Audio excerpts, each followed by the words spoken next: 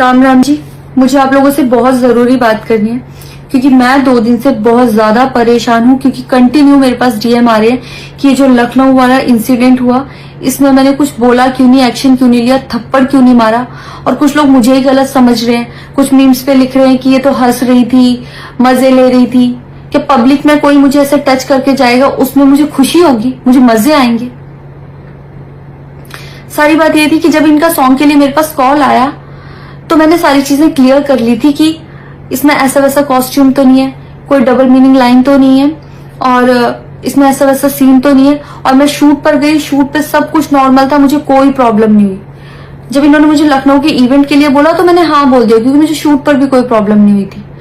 और जब मैं लखनऊ में गई, मैं स्टेज पर थी, मैं पब्लिक से बात कर रही थी, पवन सिंह जी ने मुझे बोला कि इधर कुछ लगा हुआ है।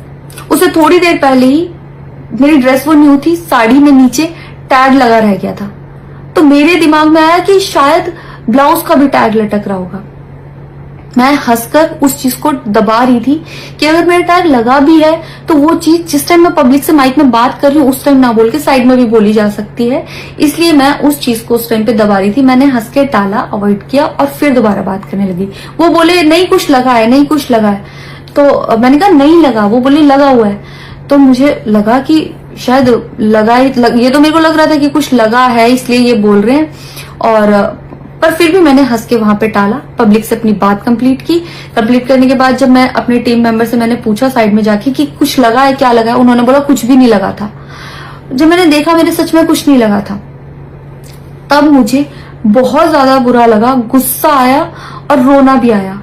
लेकिन मुझे ये नहीं समझ आया कि मैं अब क्या करूं यहाँ पर, क्योंकि जहां मैं गई थी लखनऊ में, पवन सिंह जी खुद भी वहीं के रहने वाले हैं, उसी जगह पर इवेंट था। जितना वो क्राउड था वो सारा उनका फैन बेस था। उनको भगवान बोल रहे थे और भक्त बोल बोल के उनके पैरों में गिर रहे थे। वो उनका फैन बेस था, क्राउड था। तो मुझे समझ नहीं आया कि मैं क्या करूं। अगर मैं कुछ भी बोलती तो क्या वो लोग मुझे सपोर्ट करते।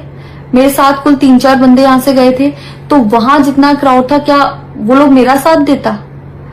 मैंने सोचा मैं बैक स्टेज जाके बात करूंगी। इतनी देर में थोड़ी देर